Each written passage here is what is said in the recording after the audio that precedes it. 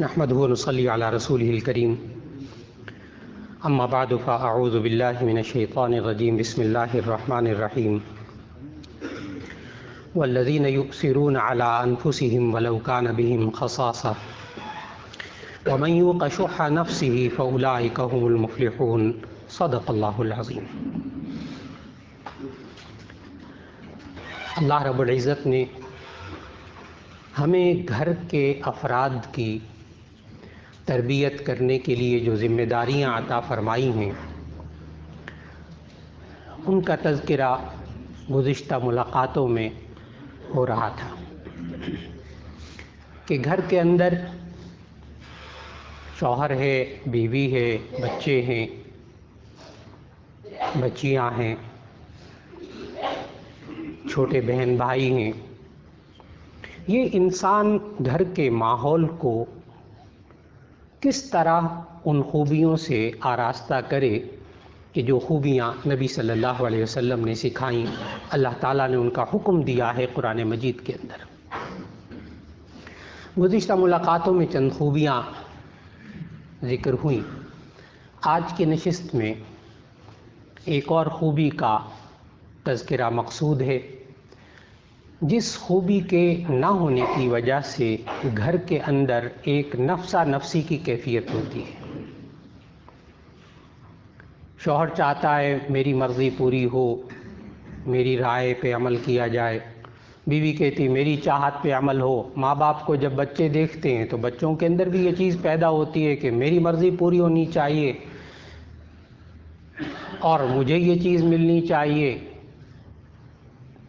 بچوں اور بچیوں کے اندر جب وہ انہی حالات میں جوان ہوتے ہیں، شادیاں ہوتی ہیں، اگلے گھروں میں جاتے ہیں، تو پھر وہی نفسا نفسی، اپنی ذات سب سے مقدم، اپنی ذات، میرا کام پورا ہو جائے، میری مرضی پوری ہو جائے، مجھے کھانے کو مل جائے، مجھے اچھا کیوں نہیں ملا، اس کو کیوں ملا، فلاں ملا۔ سارے گھر کے اندر ہر بندہ پریشان صرف اس وجہ سے۔ اپنی ضرورت اور اپنے تقاضے کو دبا کر دوسرے کی ضرورت پوری کرنا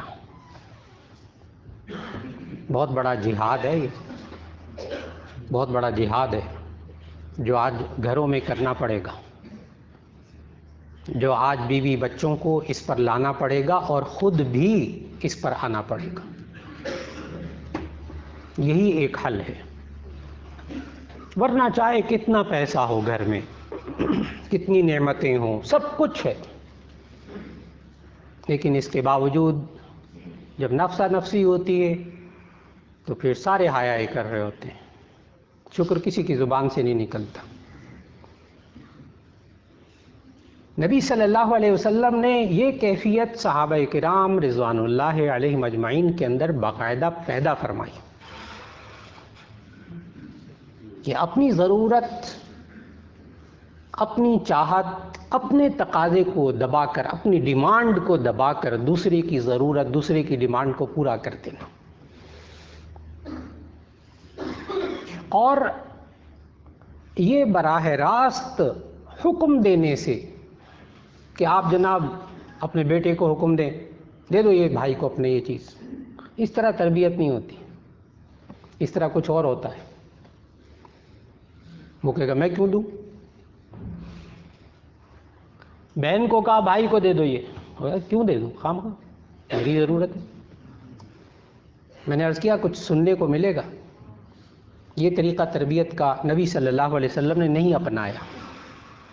اس طرح تربیت نہیں کی کہ اپنے تقاضے کو دبا کر دوسرے کی ضرورت پورا کر دیں، بس اس کا حکم دیں، بس عمل ہو جائے۔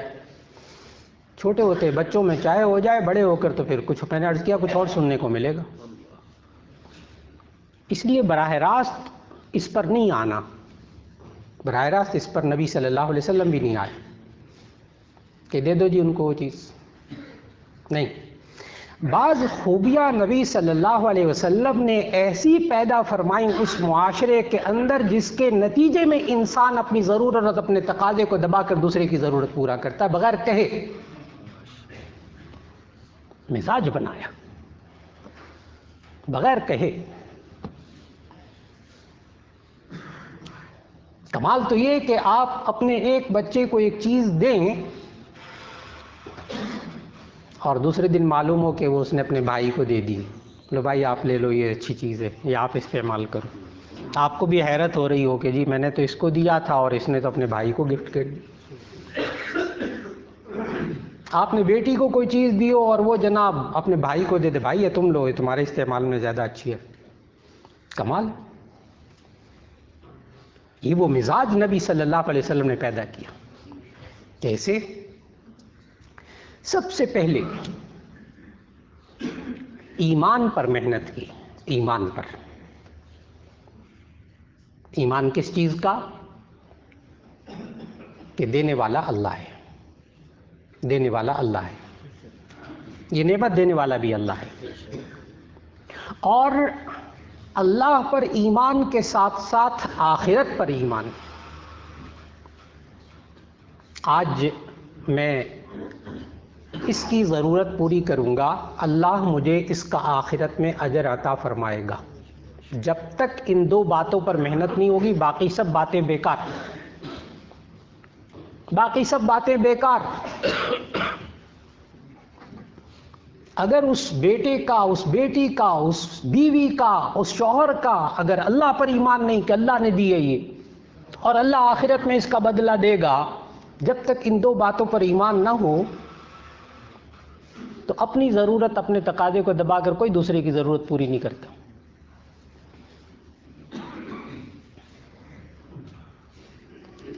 آج انسان اتنا عقل مند ہے کہ وہ سوچتا ہے کہ میں یہ کام کروں گا مجھے ملے گا کیا.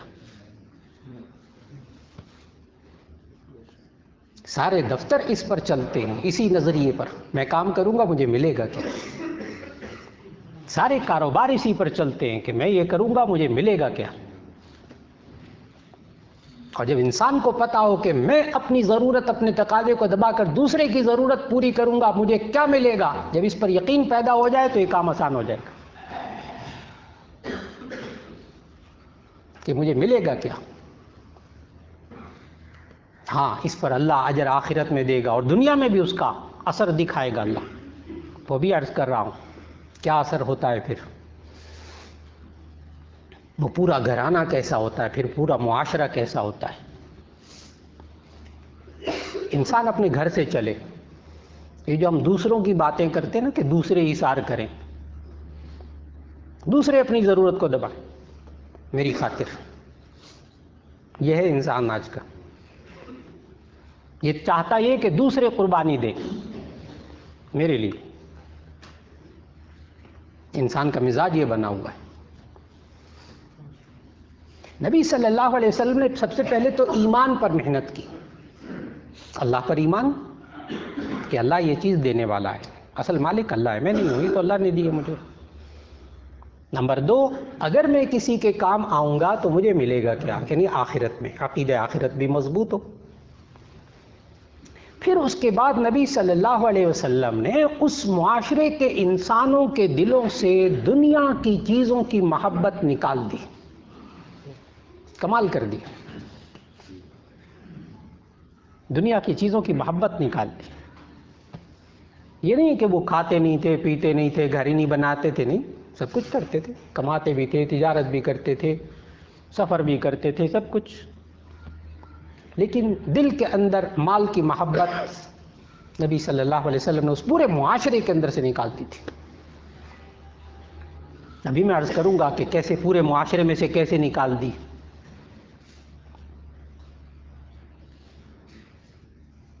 نمبر 3، نبی صلی اللہ علیہ وسلم نے اس معاشرے کے اندر آپس میں محبت پیدا کی، نفرتوں کو ختم کیا.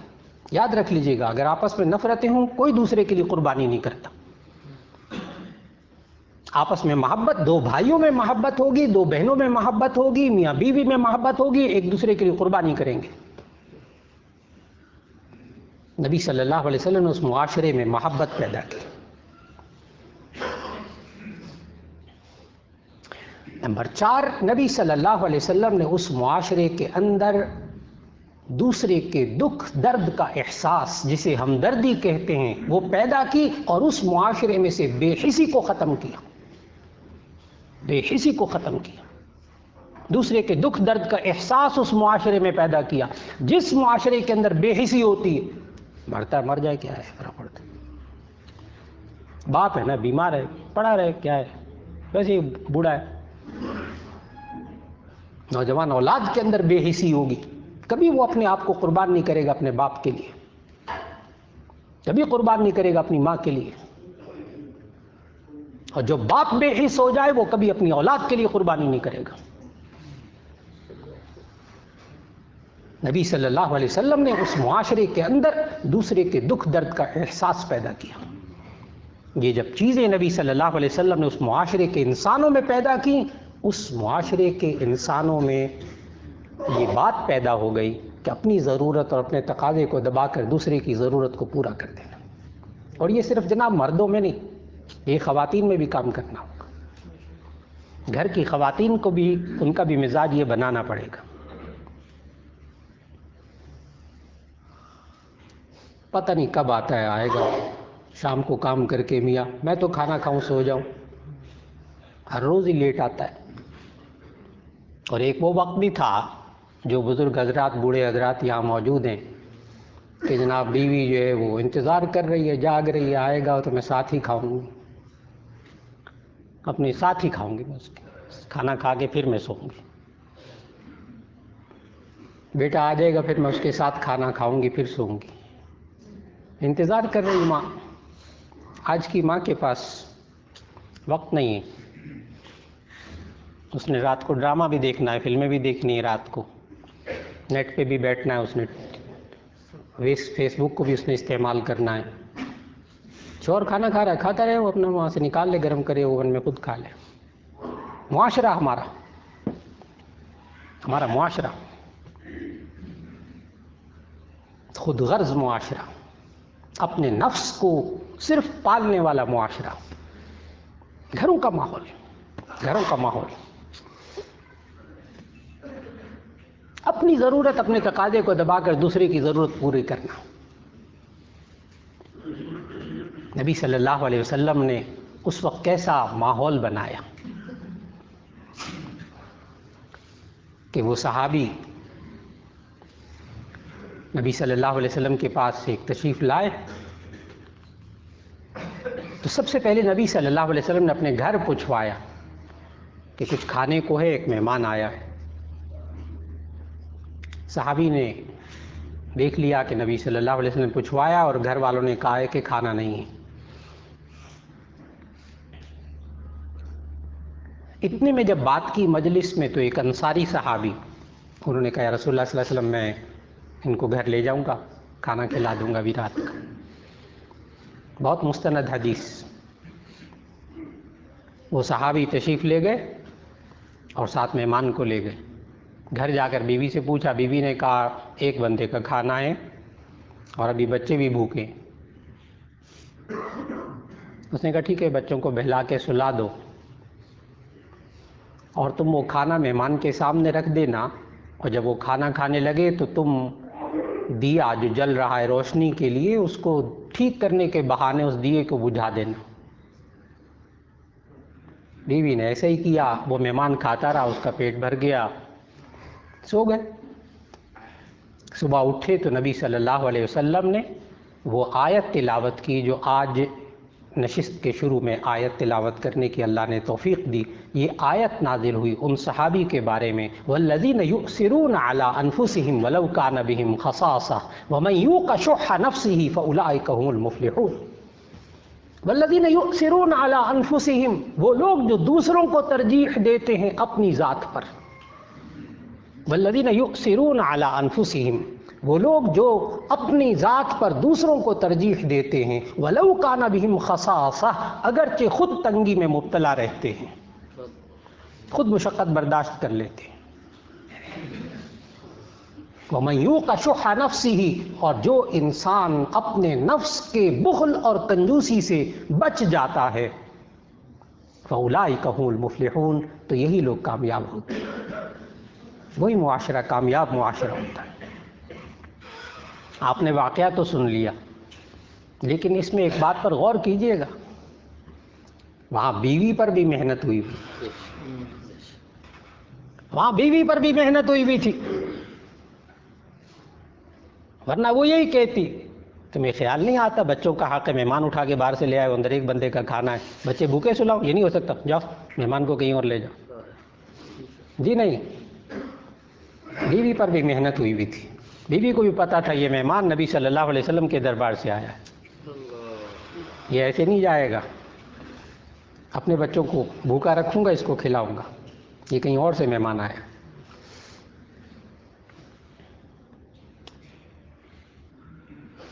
پھر یہ جب ترجیح دی ہے اپنی ذات پر تو آیت نازل ہوئی ان صحابی کی شان میں، اور پھر یہی معاشرہ کہ نبی صلی اللہ علیہ وسلم کے پاس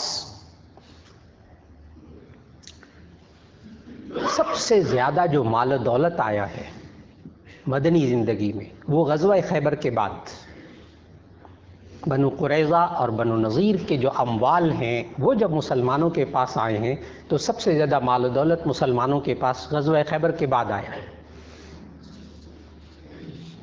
جب غزوہ خیبر کے بعد کافی مال آ گیا تو آپ کو یاد ہوگا کہ آپ سب حضرات کو مطالعہ ماشاءاللہ سیرت طیبہ کا معلوم کہ نبی صلی اللہ علیہ وسلم نے مدینہ طیبہ آ کر مواخات قائم فرمائی تھی، مواخات قائم فرمائی تھی، یعنی ایک انصاری کو ایک مہاجر کے ساتھ بھائی بنایا تھا۔ وہ بیچارے خالی ہاتھ آئے تھے سارے مہاجر، پیسہ بھی نہیں تھا، مال بھی نہیں تھا، گھر بھی نہیں تھا، اور تعداد بھی اچھی خاصی تھی مہاجروں کی جو مکے سے آئے تھے نبی صلی اللہ علیہ وسلم کے ساتھ۔ تو ایک ایک انصاری کو ایک ایک مہاجر کے ساتھ لگایا، بھائی بنایا، ان کے گھر میں رہے، ان کے کاروبار میں رہے۔ اور آپ کو حیرت ہوگی اس بات پر کہ یہ بھی ایثار ہے، یہ بھی قربانی ہے کہ مہاجرین کو اس طرح قبول کیا جائے کہ اپنے کاروبار میں شریک کر لیا جائے، اپنے گھر میں شریک کر لیا جائے۔ آپ کو یاد ہوگا وہ والا واقعہ بھی اسی مواخات کے، بھائی بھائی جب بنایا ہے تو ایک صحابی کے پاس دو بیویاں تھیں، تو انہوں نے کہا میں ایک بیوی کو طلاق دے دیتا ہوں تم مجھ سے شادی کر لینا۔ ایثار، قربانی۔ وہ الگ بات ہے کہ پھر ان صحابی نے آگے سے یہ کہا تھا کہ نہیں بس اللہ آپ کو برکت دے، میں خود کما لوں گا، پھر خود بھی شادی کر لوں گا، کچھ مال آ جائے گا تو پھر کر لی تھی انہوں نے بعد میں شادی۔ لیکن آفر تو ہوئی نا، پیشکش تو ہوئی، ایثار تو ہوا۔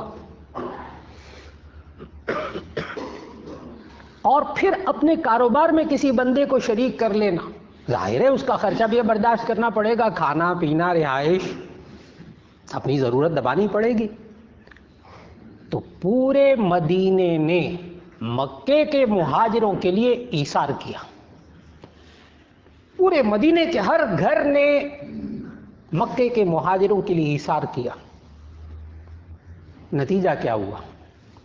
آپ حضرات بہت جو کاروباری حضرات ہیں وہ تو بہت آسانی سے سمجھ جائیں گے کہ جب افرادی قوت بڑھ جائے، جس کاروبار میں ایک بندہ کام کرتا ہے وہاں دو بندے کام کرنے لگ گئے، جس باغ کے اندر ایک بندہ کام کرتا تھا وہاں دو بندے کام کرنے لگ گئے، جس دکان کے اندر ایک بندہ کام کرتا تھا وہاں دو بندے کام کرنے لگ گئے۔ صرف چند مہینوں کے اندر مدینے کی معیشت کہیں کی کہیں پہنچ گئی، کہیں کی کہیں پہنچ گئی۔ یہ معاشی ترقی مدینے کی مواخات کے بعد ایک دم تیزی سے اوپر گئی ہے، کیونکہ جب افرادی قوت بڑھ جائے اور افراد کام کرنے والے ہوں، کام کر، صرف کھانے والے نہیں، صرف کھانے والے نہیں کہ بھائی بنا دیا بس ٹھیک ہے میں آ کے بیٹھا ہوں اب کھلاؤ مجھے، میں نے نہیں کچھ کرنا، جی نہیں، وہ پھر اس کے معاشی ترقی اتنی ہو گئی۔ اور پھر اس کے بعد غزوہ خیبر کے موقع پر میں نے عرض کیا کہ جب ایثار اور قربانی ہوتی ہے نا تو پھر وہاں وہ کاروبار بھی ترقی کرتا ہے، وہ کاروبار بھی ترقی کرتا ہے، وہ فیکٹری بھی ترقی کرتی ہے، وہ دفتر بھی ترقی کرتا ہے، وہ گھر بھی ترقی کرتا ہے۔ اور اگر ہر کاروبار کے اندر شریک بندہ یہ چاہے کہ میرا پیٹ بھر جائے، پہلے مجھے مل جائے، بعد میں آپ جو مرضی کرتے رہیں، وہ کاروبار نہیں بڑھتا، اس کے اندر برکت نہیں ہوتی. نہیں، آپ اپنا تقاضا پہلے پورا کر لیں، میں اپنا پورا کر لوں گا. ایک دوسرے کے لیے ایثار، ایک دوسرے کے لیے قربانی، ایک دوسرے کو اپنی ذات پر ترجیح دینا مزاج بنایا نبی صلی اللہ علیہ وسلم. محنت فرمائی. میں نے عرض کیا پورے معاشرے پر کیسے محنت فرمائی. اگر اس کو دیکھنا ہو تو میں نے عرض کیا کہ غزوہ خیبر کے بعد سب سے زیادہ مال مسلمانوں کے پاس آیا ہے. جب مال آیا، کافی مال و دولت، اب نبی صلی اللہ علیہ وسلم نے انصاری صحابہ اور سرداروں کو بلایا. انصار جو مدینہ میں جنہوں نے تعاون کیا تھا مہاجرین کے ساتھ، ان کو بلا کر نبی صلی اللہ علیہ وسلم نے 2 تجاویز سامنے رکھی. ایک تجویز یہ سامنے رکھی، انصار صحابہ سے کہا، سرداروں سے، کہ اب مال بہت سارا آگے آئے ماشاءاللہ، تو اب 2 باتیں ہیں. یا تو یہ مال مہاجرین کو دے دیا جائے، اور مہاجرین اب پھر اپنا الگ الگ سیٹ اپ بنا لیں، اپنا الگ الگ رہیں، اپنا الگ کاروبار کریں. ایک تجویز تو یہ ہے. دوسری تجویز یہ ہے کہ یہ مال انصار ہی کو دے دیا جائے. اور ٹھیک ہے، انصار نے چونکہ مدد بھی کی ہے، تعاون بھی کیا ہے، اب ان کو مال دے دیا جائے اور مہاجر انصار اسی طرح رہتے رہے. یہ نبی صلی اللہ علیہ وسلم 2 تجویزیں رکھیں انصار صحابہ کے سرداروں کے سامنے. ان انصار صحابہ کے سرداروں نے آگے سے عرض کیا، یا رسول اللہ صلی اللہ علیہ وسلم، ہم تھوڑا سا مشورہ کر کے پھر آپ سے عرض کرتے ہیں. انہوں نے مشورہ کیا، ان انصاری سرداروں نے، اور ان انصاری صحابہ سرداروں نے مشورہ کرنے کے بعد نبی صلی اللہ علیہ وسلم کے پاس گئے اور جا کر عرض کیا، یا رسول اللہ صلی اللہ علیہ وسلم، اگر آپ اجازت دیں تو ایک تیسری صورت ہے، اگر آپ قبول کر لیں. ایک تیسری تجویز ہے، غور کرنا ہوگا آپ نے. تیسری تجویز یہ ہے کہ یہ مال آپ مہاجرین کو دے دیں، یہ مال آپ مہاجرین کو دے دیں، اور مہاجرین پھر پہلے کی طرح ہمارے ساتھ رہیں. آج کر کے تو دیکھیں کوئی پورا معاشرہ کر کے دیکھیں. ایک کاروباری ادارے کے اندر تمام کاروباری افراد یہ کر کے دیکھیں.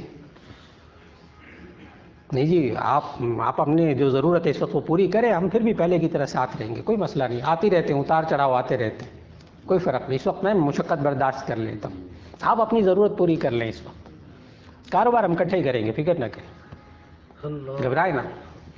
ایک دفعہ سہارا تو دیکھے وہ ساری زندگی وہ بندہ غلام بن جائے گا. آپ کا غلام بنانا مقصود نہیں ہے، مقصود تو محبت، تعلق. اس نے آڑے وقت میں میرے کام آیا تھا یہ بندہ. کاش کہ اس بندے کا یہ ایمان بن جائے کہ اگر میں اس بندے کے کام آؤں گا اپنی ضرورت، اپنے تقاضے کو دبا کر، تو مجھے ملے گا کیا دنیا میں بھی، آخرت میں تو ملے گا انشاءاللہ. ایک حدیث سنانے لگا ہوں. اپنے بچوں کا ایمان بنائیے اس حدیث پر، بار بار ذکر کیجیے جو حدیث سنانے لگا ہوں. عجیب بات ہے، اگر اس پر بندے کا ایمان بن جائے نا، آج ہمارے بچوں کا، گھر میں بیویوں کا ایمان بن جائے، شوہروں کا ایمان بن جائے. ایک حدیث سنانے لگا ہوں. لیکن وہ ایسے نہیں ہوگا کہ بس آپ ایک دفعہ سنا دیں تو بس، نہیں، اس کے لیے تو محنت کرنی پڑے گی. حدیث سمجھانے کے لیے کوئی مشکل حدیث نہیں ہے، لیکن ایمان بنانا پڑے گا. نبی صلی اللہ علیہ وسلم نے ارشاد فرمایا، ما کان العبد فی عون اخیہ کان اللہ فی عونہ. ترجمہ کرنے لگا، ما کان العبد فی عونہ، جو کوئی بندہ اللہ کے کسی بندے کی مدد میں لگا رہتا ہے، کان اللہ فی عونہ، اللہ اس کی مدد میں لگا رہتا ہے. اگر انسان کا یقین بن جائے کہ آج میں اس کے کام آؤں گا، کل اللہ میرے کام آئے گا. اللہ، یہ بندہ نہیں میرے کام آئے گا. مصیبت یہ ہمارے ہاں یہ سوچا جاتا ہے آج میں اس بندے کے کام آؤں گا، کل یہ میرے کام آئے گا، اور جب وہ کام نہیں آتا تو شکوہ ہوتا ہے. بندوں سے توقع رکھنے سے شکوہ پیدا ہوگا، اللہ سے توقع رکھنے سے انشاءاللہ شکوہ پیدا نہیں ہوگا. آج ہم سے غلطی ہو جاتی ہے، آج میں اس کے کام آؤں گا، کل یہ میرے کام آئے گا. غلط تصور، بیکار. اسی سے خرابیاں پیدا ہوتی. نہیں، میں اس کے کام آؤں گا، اللہ میرے کام آئے گا، اللہ میرے کام آئے گا. پھر اللہ آنکھوں سے دکھاتا ہے کہ اللہ کیسے برکت دیتا ہے. یہاں وہ بزرگ حضرات موجود ہوں گے اس وقت، اور یقیناً وہ گواہی دیں گے اس بات کی کہ ایک وقت تھا کہ ایک گھر میں بزرگ ہوتا تھا، وہ کماتا تھا. ایک بڑا ہوتا تھا بھائی، کوئی باپ کماتا تھا. بہنیں بھی آ کے گھر میں رہ رہی ہیں، پھوپھیاں بھی آ کے رہ رہے ہیں، بھائی بھی آ کے رہ رہے ہیں، فلاں آ رہا ہے وہ بھی آ کے رہ رہا ہے، کھا رہے ہیں پی رہے ہیں جناب. اتنی دیر تک جو ہے وہ کچن چل رہا ہے، باورچی خانے میں پک رہا ہے، کھا رہے ہیں. سادگی. ایک بندہ کماتا تھا، سارے کھاتے تھے. مہمانوں کی آمد و رفت پر بھی کوئی پابندی نہیں ہوتی تھی. کوئی صبح آ جائے، شام آ جائے، رات کو آ جائے، کھا رہے ہیں وہاں پہ بیٹھے. سونے کے لیے بھی جگہ ہے، یہاں 8 یہاں سو جاؤ، کمرے میں 6 وہاں سو جاؤ، زمین پہ سو جاؤ، بستر بچھا دو، کوئی چادر بچھا دو، سو جائیں گے سادے لوگ. ایک بندہ کماتا تھا اور وہ ایثار کرتا تھا، قربانی. گھر کے افراد بھی ان کا مزاج بنا ہوتا تھا ایثار اور قربانی کا، برکت ہوتی تھی. ایک بندہ کماتا تھا، سارے کھاتے تھے. اب سارے کماتے ہیں، پورا نہیں پڑتا. آج مزاج بنانا پڑے گا گھروں کے اندر. اللہ رب العزت ہمیں اپنی نئی نسل اور اپنے بچوں کے اندر بھی خاص طور پر، بیٹا دوسروں کے کام آؤ، اللہ آپ کے کام آئے گا. آج آپ قربانی دو گے، اللہ اس کا ثواب عطا فرمائے گا. اس گھر کے اندر محبت پیدا ہوگی، ان بچوں کے اندر آپس میں محبت پیدا ہوگی. جب بیوی ایثار کرتی ہے، شوہر کے دل میں محبت پیدا ہوتی ہے. جب شوہر ایثار کرتا ہے، بیوی کے دل میں محبت پیدا ہوتی ہے. قربانی کبھی رائیگاں نہیں جاتی. اللہ کی خاطر جو قربانی دی جاتی وہ ضائع نہیں دی جاتی، کبھی ضائع نہیں ہوتی. اللہ رب العزت ہم سب کو اپنے گھروں کے اندر یہ ذمہ داریاں پوری کرنے کی توفیق عطا فرمائے، اور پھر اس نفسا نفسی کے معاشرے کے اندر سے اللہ یہ خود غرضی کو اور اپنی نفس پرستی کو اللہ ختم فرما دے. وآخر دعوانا ان الحمد للہ رب العالمین.